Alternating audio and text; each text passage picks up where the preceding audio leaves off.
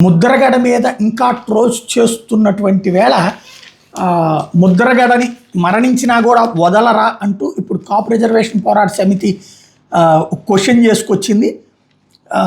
ఏదైతే ఆ సంస్థకు సంబంధించిన chairman Kaja Satyanarayana, working chairman Masabathula Srinivas, convener Ravi Srinivas, coordinator JT Ramarao వీళ్ళందరూ కలిసి ఒక ప్రకటన బహిరంగ లేఖన విడుదల చేశారు.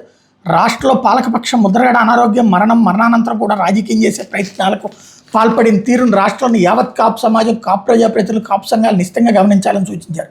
వ్యక్తిగత అనారోగ్యాన్ని సైతం రాజకీయాలకు వాడుకోవడం, వాళ్ళ కుటుంబంలో ఉన్న మనస్పర్ధలను రాజకీయం చేయడం, కన్నతండ్రిపైనే కూతురు ఉసిగొల్పడాన్ని గమనిస్తే మన వేలుతో మన కళ్ళే పొడుస్తున్నారనే విషయం అర్థమవుతుందని పేర్కొన్నారు. కొత్తగా కాపుల్ని కాపులతోటే చంపించే సంస్కృతి తెరదీశారన్నారు.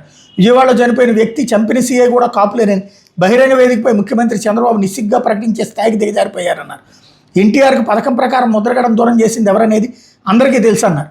ఆ తర్వాత కాంగ్రెస్ ఎమ్మెల్యే గెలిచిన ముద్రగడ తన పదవికి రాజీనామా చేసి బలమైన కాపు ఉద్యమం చేపట్టి 7 రోజుల ఆమరణ దీక్షతో సాధించిన జీవో 30 అమలు చేయకుండా తొంగలో దొక్కింది చంద్రబాబు కాదా అని ప్రశ్నించారు.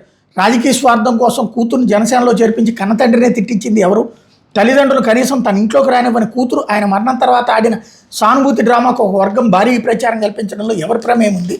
చివరికి మాటకు కట్టుబడి పేరు మార్చుకుంటే కులం మార్చుకున్నారంటే వ్యక్తిత్వానికి పాల్పడింది ఎవరు అనే కీలక ప్రశ్నలకు జవాబులు వెతికితే వెనక ఎవరి ప్రయోజనాలు ఉన్నాయో కాపు సమాజం గమనించాల్సిన అవసరం ఉందని పేర్కొన్నారు.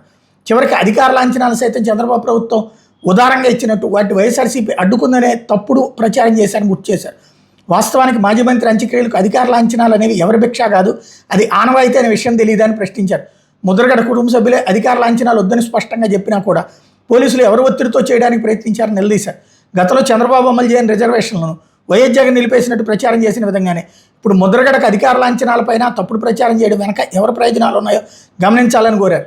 ఇప్పటికైనా చంద్రబాబుకు చిత్తశుద్ధి ఉంటే కాకినాడ జిల్లాకు ముద్రగడ పద్మనాభం, కృష్ణా జిల్లాకు వంగవీటి మోహన్ రంగా పేరు పెట్టి కాపు రిజర్వేషన్లు అమలు చేయాలని కేఆర్పీఎస్ డిమాండ్ చేసింది.